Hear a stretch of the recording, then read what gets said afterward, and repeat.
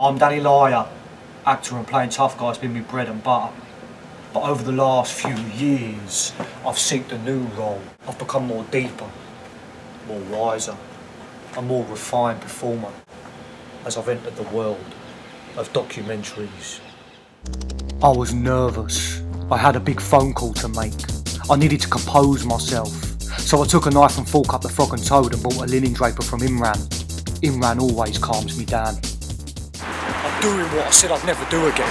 I'm entering hell. I'm wearing a stab-proof vest. And I'm entering a mousetrap. And my balls are the cheese. It was phone call time.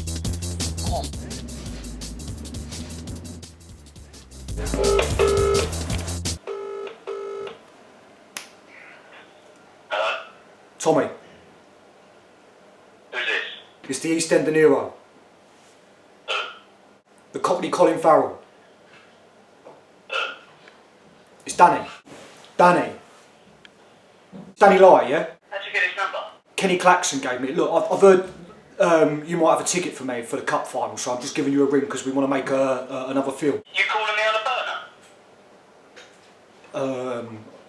I'm calling you on an iPhone 7. Fuck's sake.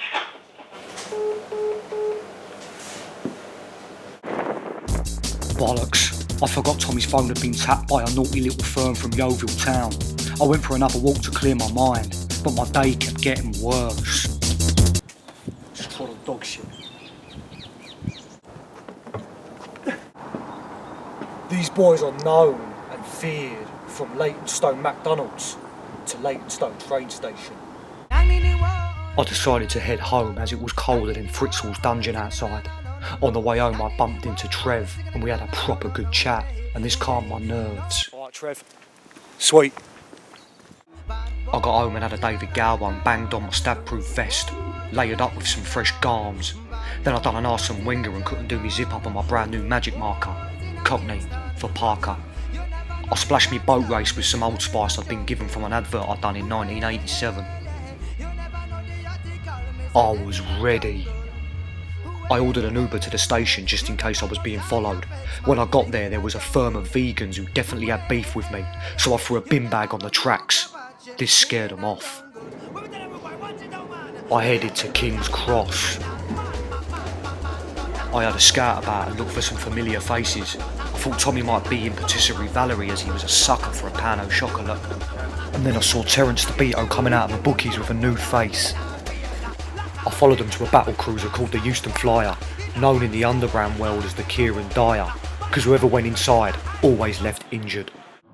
The Rhombus were plotted up at the back of the boozer. I couldn't see Tommy anywhere. I noticed Terence DeVito was talking to Mickey the Mullet about an incident he'd had at yoga. He thought something fucking nutted way, the old Bill's trying to come. There was tequila and bugle everywhere. I was nervous. I felt like I was being watched. I was just about to put some Phil Collins on the jukebox when I looked up and there he was. Tommy. We embraced. The boys bought a tray of tequilas. They didn't get me one. Probably a good thing. I'm a raving lunatic on tequila. Tommy sent me up the bar to get around him. I was desperate to make things right with Tommy. I'm sorry I called you on my iPhone 7 and not a burner.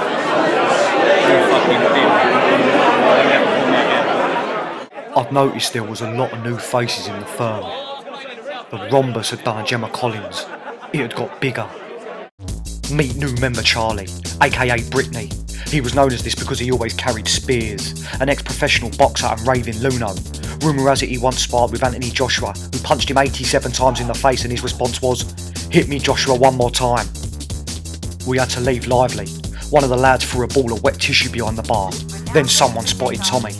Fucking Rhombus. No, of course, man. Rhombus, isn't it? I hid me tools, put my stab-proof vest on, and we headed towards Wembley.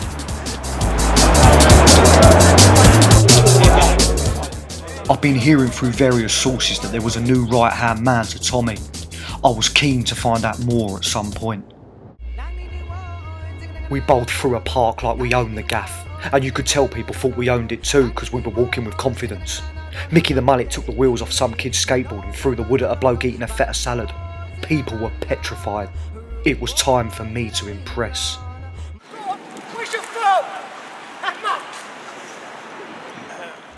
The pigeons shit themselves, and then we crossed the road without looking both ways. Next week, on the real Danny Lyer, I get on a train with the Rhombus. I'm here on the circle line, and I tell you what, I've never felt less circle.